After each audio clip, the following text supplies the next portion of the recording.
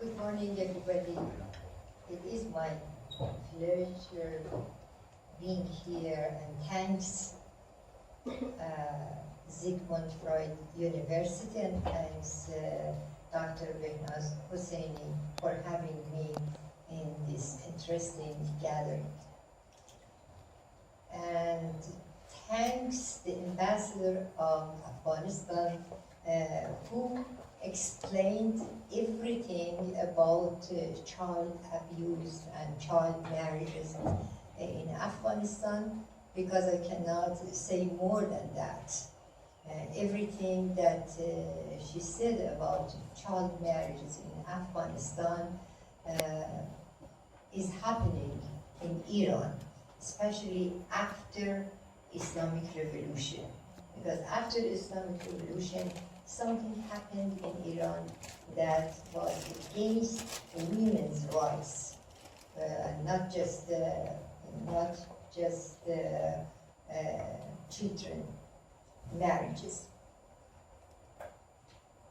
That's why, just because my time is very limited, and that's good, because everything that I want to talk about, that I'm sure you know about that in Muslim countries and countries with Muslim majority.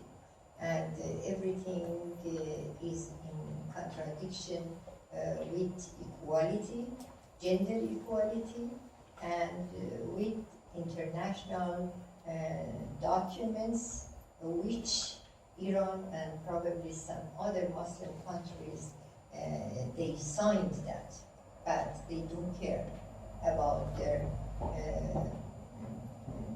their signature under these documents.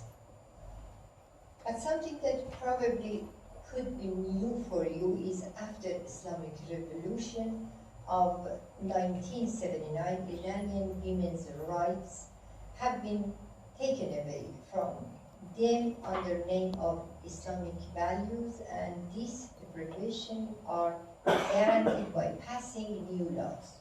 Iranian women's rights over their bodies and their rights over their sexual satisfaction, even within their family life, have been limited in various ways. In another word, we can say that after Islamic law established, the government has entered to the most private division of citizens' lives, especially women's lives, with going to their privacy over law and love, something that is very, very unique in Iran after Islamic Revolution, is closing all doors and closing all possibilities for social freedoms, not just political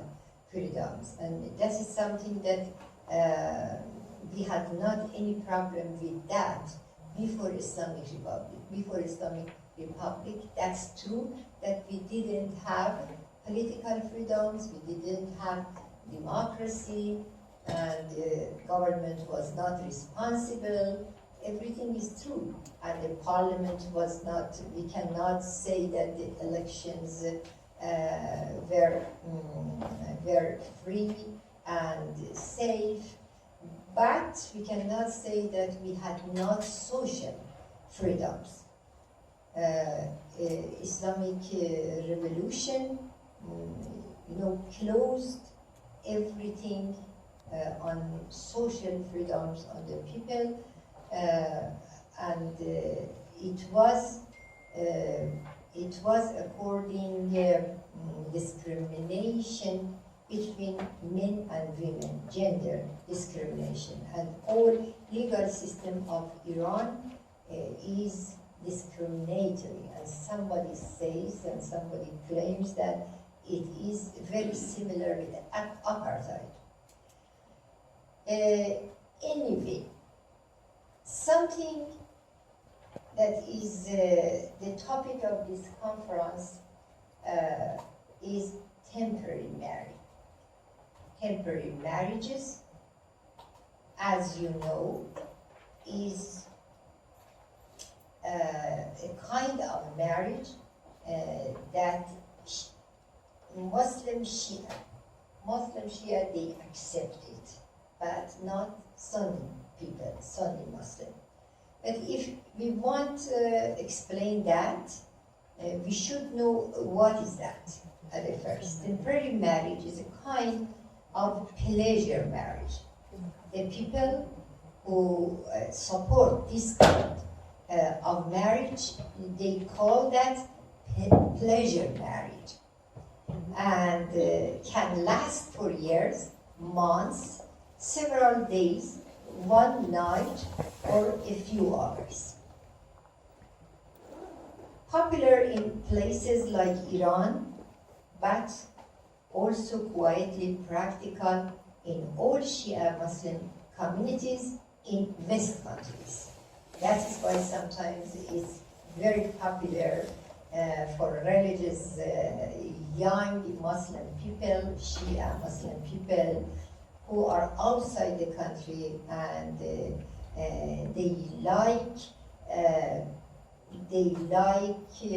enjoy of sexual without breaking the Sharia, without breaking the Islam. That is why sometimes they say welcome to this kind of and then I will move on to look at the context.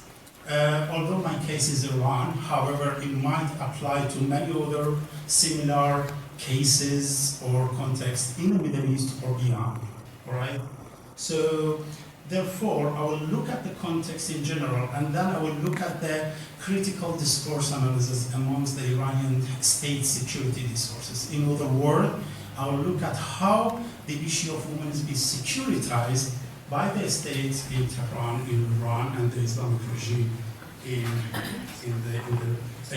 Iran. And of course, that might again apply to other societies in the Middle East. So by the end, I will raise further again questions to be studied.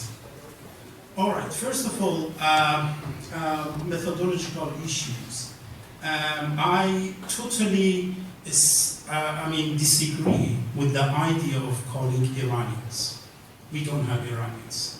We have Iranian ethnic minorities, we have Iranian women, we have Iranian religious minorities, we have Iranian middle class, we have Iranian upper class, we have Iranian lower class, less educated, we have Iranian traditional with traditional background, and therefore, so the idea of calling, I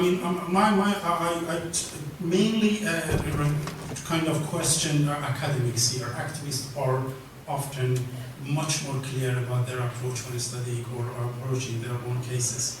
But for academics, talking about Iranians is a very complicated and very contested term to me. So we see this kind of multi-layered socio-cultural divisions within societies in the Middle East need to be acknowledged before approaching any idea, be it issue of men or women, or securities or economic issues or not. Simply. More than half of this young population are girls and young boys. This is the reason of our optimism for the future of Afghanistan. The youth, girls, and boys. Let me say a few words on the historical background, frequency, popularity of early child marriage in Afghanistan.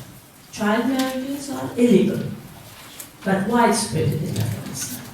Child marriage in Afghanistan persists at rates that suggest at least 1 in 3 young girls will be married before they turn 18. Child marriage is driven by gender inequality and the belief that girls are somehow inferior to boys. In Afghanistan, child marriage is also driven by the level of education, displacement, family practices, limited awareness and like traditional customs and attitudes. I think also, like as an activist and also as a women and gender studies scholar, I wanted to point out two things that also Mrs. Mehrangiz-Kar also pointed out about the temporary marriage and also the child marriage, is that first of all, we cannot just say that it is a cultural thing. Because when we look at the culture of Iran, like before the revolution and now, we will see that it was not a widespread thing. And it has definitely been influenced by the rule of religion and by the institutionalization of Islam and the wrong interpretations of Islam by the Islamic clergies in Iran. And this discriminatory laws has been institutionalized through manipulation and also through, bringing a new face of Iranian women on the surface and also using it as a weapon of war, as a way of resisting the colonialism, which is wrong, because even before the revolution, Iran was always opposing to the West and their colonial project. So definitely the Iranian women were victimized and their bodies and souls were used to, in different ways, not just for opposing the West, but also then these new rules were introduced actually to legitimize the Shia, or the Shiaism in the region and expanding that. So what else was there? We had also another speaker, Gabrielle Rasouli, if I'm not mistaken, who talked about the culture, and she really insisted that when we talk about a culture like Afghan culture, we cannot generalize or overgeneralize a culture like a very diverse culture like Afghanistan. And I think that she's right, and that also can be applied on Iran, like studying Iran and the Iranian culture, because when we are talking about the Middle East, each one of those societies, each one of those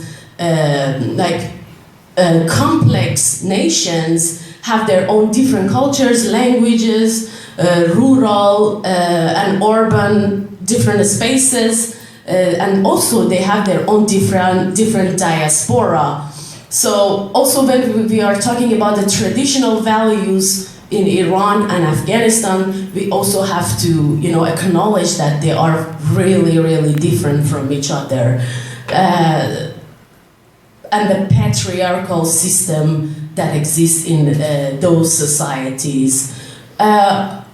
What she actually was talking about, it's very important to consider while we are conducting research on gender-based violence or addressing social justice issues such as temporary marriage and child marriage or forced marriage, because as the scholars in the West, for example, in the United States or in the European countries or like Australia, there is an issue with understanding the complex culture of the Middle East, and that's why they make a lot of mistakes in terms of conducting research, especially when they're not from that geographical point, they're not from Iran or Afghanistan, and through that research, they actually impose their Eurocentric and Orientalist perspectives